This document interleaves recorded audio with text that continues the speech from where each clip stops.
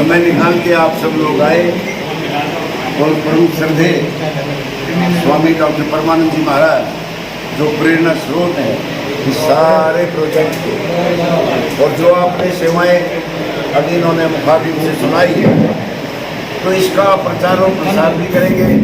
मुझे उम्मीद है ताकि और ज़्यादा से ज़्यादा शहरों में भी और ज़्यादा से ज़्यादा साथी इस प्रोजेक्ट के अंदर अपना योगदान दें। अलग अलग जगह पे जहाँ और शहर हैं और नगर हैं वहाँ पे भी ऐसी प्रेरणा हो, स्वामी जी से संपर्क करें और वहाँ भी ऐसा केंद्र खुले। तो आपने ये प्रयास करना है, और आपके प्रयास के बगैर, मीडिया और प्रेस के बगैर कोई भी काम आजकल सफल नहीं होता। इसका प्रचार और प्रसार करने का एक ही मीडिया है और वो आप लोग हैं। तो आपने आज एक एहसान किया, इस पर बड़ा योगदान दिया है आप, क्योंकि मुझे उम्मीद है कि सारे शहर में ये बात उजागर हो जाएगी, पता लग जाएगा।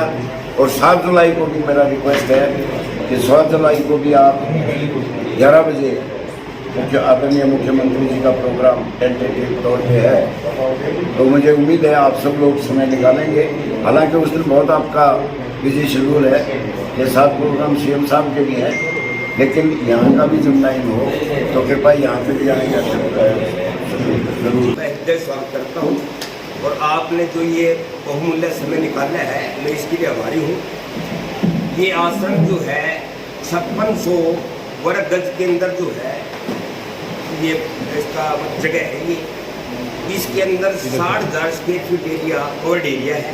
ये 3 मंजिला भवन है। अपनी तरफ से सुंदर बनाने की कंस्ट्रक्शन वगैरह शुरू की गई है। इसके अंदर किचन, डॉर्मेट्री, हॉल और अपना सब बनाए गए हैं। इसके अंदर लिफ्ट का प्रोविजन भी है। यहाँ पे दान देने वालों की ओर लगी हुई है। एक श्री चमन लाल जी सिंगला ने जो है 180 पंखे दिए हैं, और इवेद मित्तल जी ने यहाँ पे एक ई रिक्शा दी है। अकबर सैन हॉस्पिटल ने यहाँ पे जो है एक एम्बुलेंस और एक बोलेरो दी है। उसके अलावा 4 कूलर और एक अनिल गोयल जी है, एक राधेश्याम गुप्ता जी है, और एक वेद मित्तल जी है, एक चमन लाल जी जो है सिंगला जी है। यहाँ पे एक विजय तायल जी ने जो है जितने बर्तन आश्रम के हैं तकरीबन 4 लाख के बर्तन जो है वो हमारे को डोनेट किए। पंकज गोयल ने उसके अलावा श्री पंकज गोयल ने जो है पूरे आश्रम के तकरीबन यहाँ पे बेड जितने भी लगेंगे तकरीबन 350 करीब उसके गद्दे जो है डोनेट किए।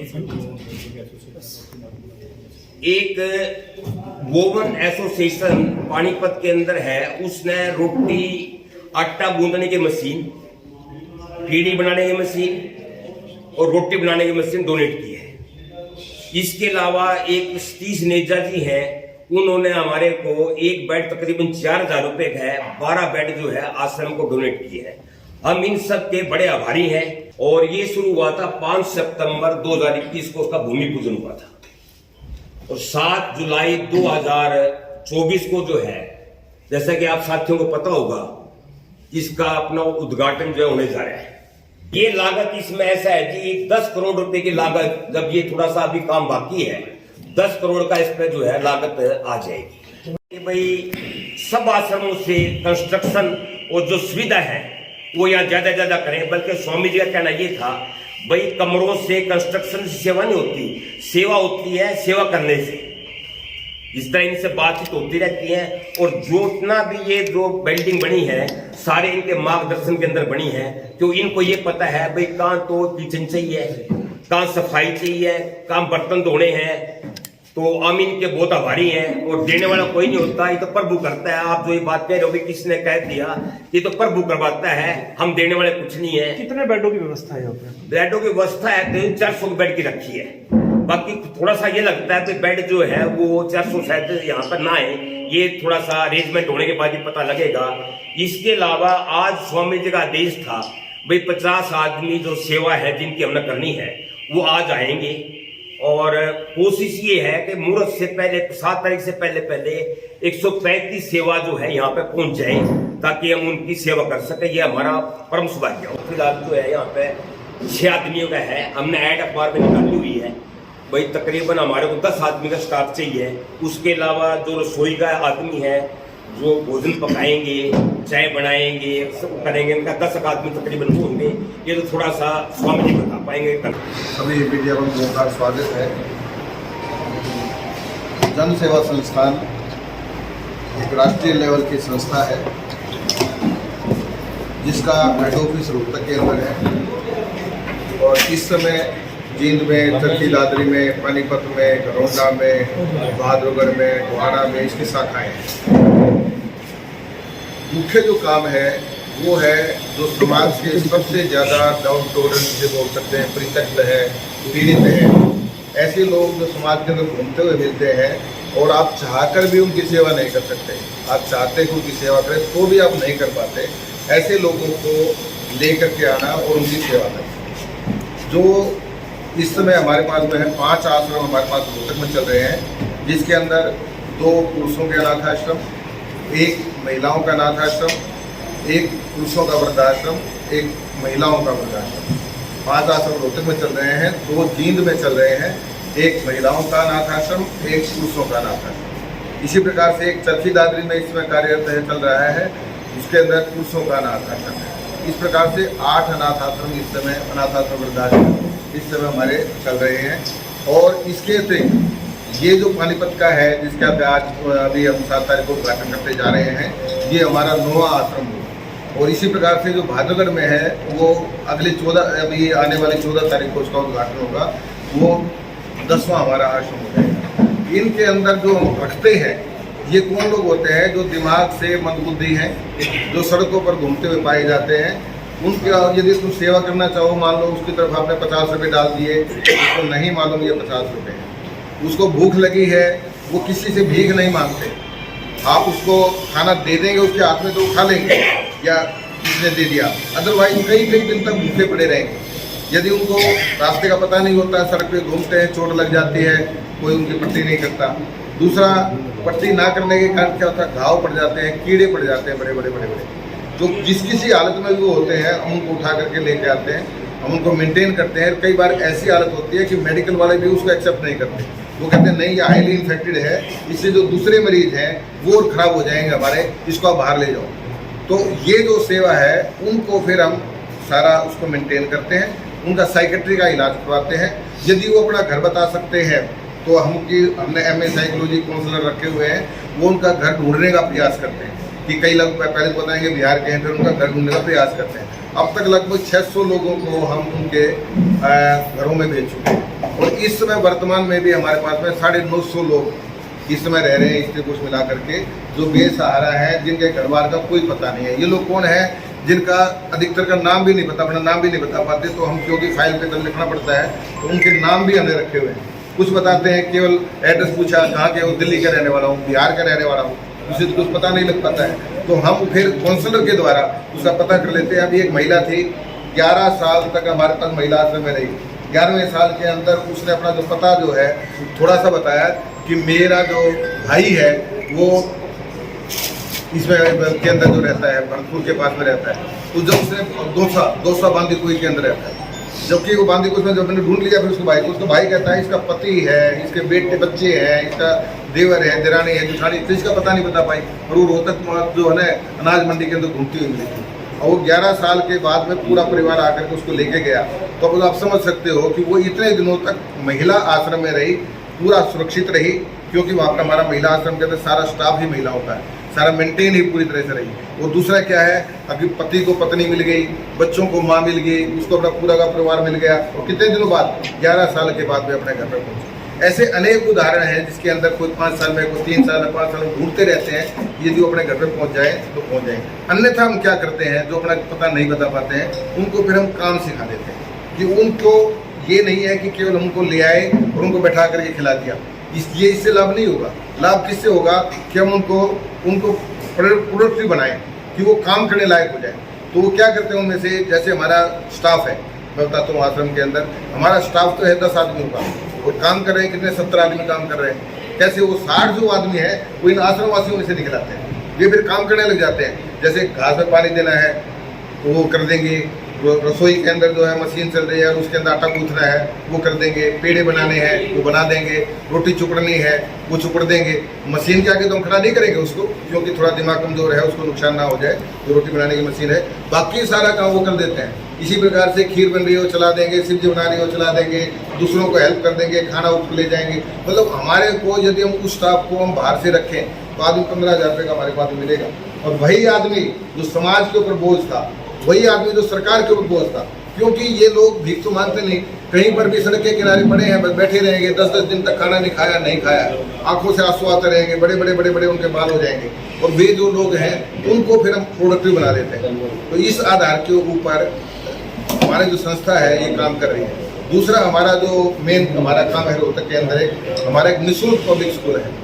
मेरे मीडिया बंधु सारे हैं, मैं नहीं समझता कि आपने कभी सुना होगा कि पब्लिक स्कूल भी निःशुल्क हो सकता है। उस समय 820 बच्चे स्कूल के अंदर पढ़ते हैं और CBSE एफिलिएटेड स्कूल वो पूरी तरह से इंग्लिश मीडियम, कुछ इंग्लिश मीडियम स्कूलों में SS इंग्लिश में नहीं होती, लेकिन हमारे यहाँ इंग्लिश भी SS के अंदर है। पूरा इंग्लिश मीडियम स्कूल और पूरी तरह से फ्री, किसी बच्चे से कोई ट्यूशन फीस नहीं, बस से आना जाना फ्री, स्कूल ड्रेस सब प्रकार के टाई टोपा जुराब जूता सब कुछ स्कूल से मिलेगा, गर्मी की सर्दी की ड्रेस, किताबें कापियाँ स्टेशनरी सब कुछ स्कूल से मिलेगा बिल्कुल फ्री। और दोपहर के अंदर लंच सभी बच्चों के लिए, नर्सरी से लेके +2 तक के बच्चे। कौन से बच्चे होते हैं?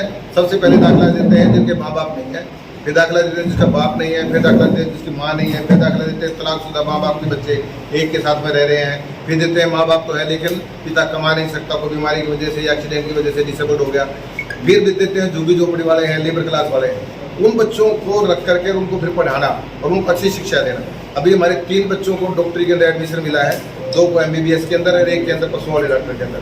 तीनों के तीनों बच्चे गरीब विधवाओं के बच्चे, जिनके घर में कोई व्यवस्था नहीं, खाने की व्यवस्था भी सही तरीके से नहीं, और बच्चे MBBS डॉक्टर बन रहे हैं। तो ये सारा प्रक्रिया हमारी उसके अंदर चलती है। तीसरा जो हरियाणा है, हरियाणा के अंदर जो PGI है सिंगल एक है रोहतक के अंदर, जहाँ कहीं भी मेजर एक्सीडेंट हो जाते हैं उनको वहाँ PGI में ले आते हैं। तो जब वो आदमी एक्सीडेंट करके ले आया वहाँ पे आया तो वहाँ पर वो लावारिस हालत में होते हैं। मान लो ट्रक का और कार की टक्कर हो गई, उसको उठा करके भेज दिया PGI के अंदर, और वहाँ पर जब तक उसके घर के ना पहुँचे तब तक वो लावारिस हालत के अंदर है। तो हम उस समय जो दवाई है, जो ऑपरेशन का सामान है, जो मेडिकल सप्लाई में है, केवल वही मिलता है।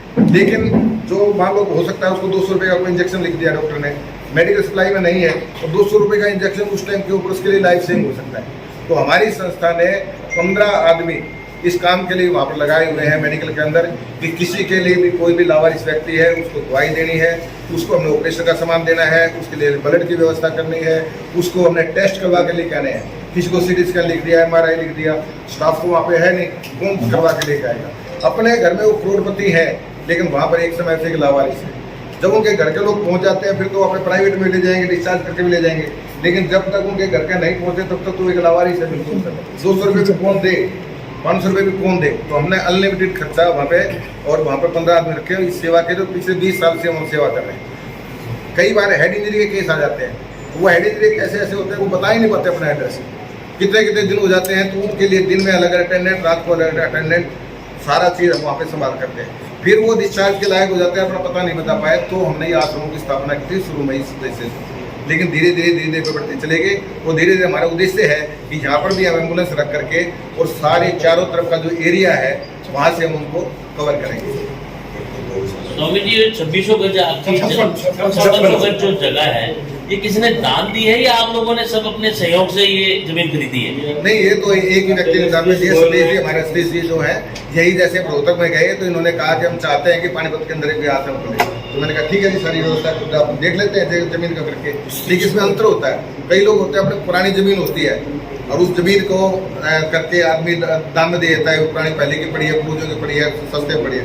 ऐसा नहीं है, इन्होंने हमारे को जमीन दिखा करके पेमेंट इन्होंने अपनी की और नाम जन सेवा संस्थान के। 8 आश्रम चल रहे हैं, 10 होने वाले हैं। सरकार की ओर से क्या सहयोग मिलता है? सरकार की तरफ से कोई पॉलिसी डिसेबल्ड के लिए नहीं है, खासकर दिव्यांग के लिए कोई पॉलिसी नहीं है किसी प्रकार की। ना वो खुद रखते हैं, ना उनके पास में रखने के लिए कोई जगह है, और ना हमारे के लिए किसी प्रकार की कोई ग्रांट है। चलो एक गौशाला बता दो। बाकी तो है भाई, रोहतक में गौशाला भी चलती है। दूसरा, यदि पीजीआई में आप जाते हैं तो वहाँ पर दोनों समय का भंडारा चलता है हमारा, दोपहर में 11 से 1 बजे तक, शाम को 5 से 7 बजे तक। रोटी दाल सब्जी चावल दिन में, रोटी दाल सब्जी चावल। वहाँ पीजीआई ने हमारे को जगह दे दी, हमने उसके अंदर सेट डाल दिए हैं। उससे ऊपर क्या होता है, 365 के 365 दिन वहाँ पे खाना मिलेगा, और आश्रम में तैयार होता है, वहाँ पे खाना जाता है उसमें। जैसे अभी होली थी तो रंग का दिन था या इलेक्शन का दिन था, वहाँ हमारी कोई संडे नहीं, कोई छुट्टी का दिन नहीं, पूरा 365 दिन कोई भी जाए तो जैसे अटेंडेंट है, पहले मरीज के साथ में वो अटेंडेंट बना हुआ है, उसको पहले ही चिंता है, तकलीफ है इस बात करके कभी हमारा आदमी बीमार है, क्या हालत होगी क्या नहीं होगी, जो उसको भूख लगे तो खाना खाता है। तो वहाँ पर पूरी सुंदर खाना की व्यवस्था, रोटी दाल सब्जी चावल, रोटी दाल सब्जी चावल, शाम को 5 से 7, वो दोपहर में 11 से 1 बजे तक पीजीआई में। कभी किसी को खाना ले जाने की आवश्यकता नहीं, सबको फ्री निःशुल्क खाना मिलता है। इसके अतिरिक्त बाकी तो दूसरी चीज़ें हैं, रक्तदान शिविर लगता रहता है, नेत्रदान शिविर, वो नेत्रों का ऑपरेशन शिविर लगता है। 17,000 ऑपरेशन आँखों के निःशुल्क हम करवा चुके हैं संस्था के द्वारा। इसके अतिरिक्त जो है गरीब कन्याओं की शादी के अंदर सहायता। दूसरा, जब कभी भी नेचुरल कैलेमिटीज आती हैं, जैसे गुजरात के अंदर भूकंप आया था या इसके अंदर महाराष्ट्र के अंदर भूकंप आया था, नहीं कोरोना का तो था ही था, कोरोना के अंदर भी हम, इसके अतिरिक्त भी जैसे सुनामी लहर आई मद्रास के अंदर, या बाढ़ आई थी बिहार के अंदर, इसके अंदर वो तूफान आया था, समुद्री तूफान आया था उड़ीसा के अंदर, नेपाल के अंदर भूस्खलन हो गया था, यहाँ भूस्खलन यहाँ इसके उत्तराखंड के अंदर भी हुआ। सब जगह जन सेवा संस्थान की टीम वहाँ पर जाती है और खुद जा करके वहाँ पर पूरी हेल्प करती है। इस प्रकार से कोरोना के टाइम के ऊपर भी हमने पहले तो भोजन का प्रबंध किया, 4,80,000 लोगों के लिए खाने की व्यवस्था रही। इसके अतिरिक्त जिस समय कोरोना के अंदर पीजीआई ने भी लिख दिया नो एडमिशन, प्राइवेट के अंदर भी दाखिला नहीं मिल रहा था, उस समय हमने अपने स्कूल के अंदर कोविड सेंटर बना दिया। उसके अंदर हमने जिनको कहीं दाखिला ना मिले उसको हमारे पास में लिया।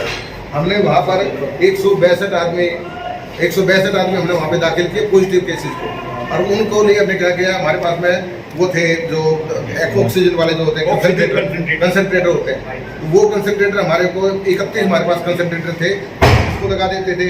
सुबह जो डॉक्टर के पास तो वैसे दवाई तो थी नहीं, एक्सेप्ट दवाइयाँ होती थी, वो दवाइयाँ देते थे साथ के अंदर। सुबह शाम दूध के अंदर हल्दी डाल करके देते थे, सबको भाप की मशीन दे दिया। तो इस प्रकार से सारी की व्यवस्था करके अब वो आदमी कहीं पर मिलते हैं तो उनको कहते हैं जी हमारे आदमी को तुमने बचा दिया। मैंने कहा बचाने वाला तो भगवान है, लेकिन एक प्रयास करने वाली आवश्यकता होती है कि कोविड के समय में जब लोग घर से बाहर नहीं निकलते थे, जब हमारे जन सेवा संस्थान के कार्यकर्ताओं ने खूब बड़ी लेवल के ऊपर काम किया, तो इस प्रकार से अलग अलग चीज़ें चलती हैं।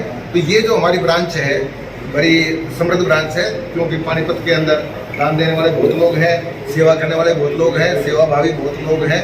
तो सब ने मिलकर के बड़ी प्रसन्नता के साथ में ये सुंदर भवन का निर्माण किया है। लेकिन मेरा कहना यही है कि सेवा भवनों से नहीं होती, सेवा भावना से होती है। और हमारी भावना क्या होती है, जो बिल्कुल गिरा पड़ा लोग हैं, जिसको आप देखने में भी आपको यह है कि मैं देखूँ नहीं इसको, उन लोगों को हम एक ऐसे स्थिति के अंदर पहुंचा देते हैं जिसके अंदर वो वर्केबल होता है।